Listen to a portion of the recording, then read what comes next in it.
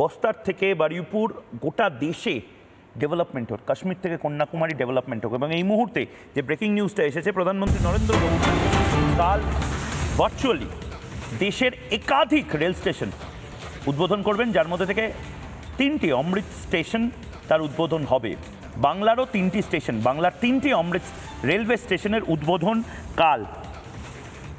এই মুহূর্তে যে ছবিগুলো আপনারা দেখছেন, পানাগড়ের মানুষজন যারা দেখছেন এই মুহূর্তে, পানাগড়, জয়চণ্ডী পাহাড় এবং কল্যাণী এইমস ইতিমধ্যে হয়েছে, জয়চণ্ডী পাহাড় এবং পানাগড় আমরা জানি, পানাগড় থেকে কিছু দূরেই দুর্গাপুর এয়ারপোর্টও তৈরি হয়েছে।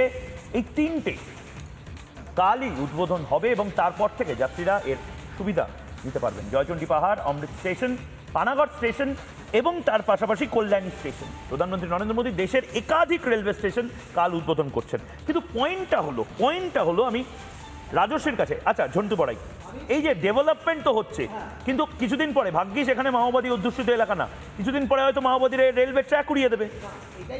এটাকে তো বন্ধ করতে হবে। এটা কি ধরনের অসভ্যতা?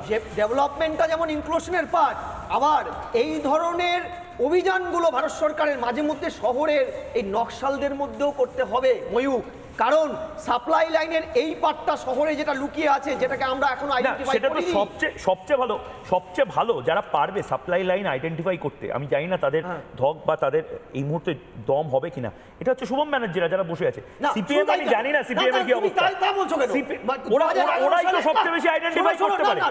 সেটা করবে না হয়তো। ওরা একটা সময় 2011 সালে বারবার চিৎকার করে বলেছে লালগড়কে কেন্দ্র করে যে নকশা মাওবাদী আন্দোলনটা হচ্ছে, এটা মমতা ব্যানার্জি পলিটিক্যাল কারণে হাইজ্যাক করেছে। ওরা বলেছে ওদের তারপরে সবচেয়ে বেশি আরবান নকশালদেরকে ধোঁয়া দিচ্ছে হচ্ছে যারা রেজিস্টার্ড ন্যাশনাল লেফট পার্টিগুলো। শুভ, তোমার 30 সেকেন্ড বলেইছিল মমতা ব্যানার্জিকে মুখ্যমন্ত্রী চাই।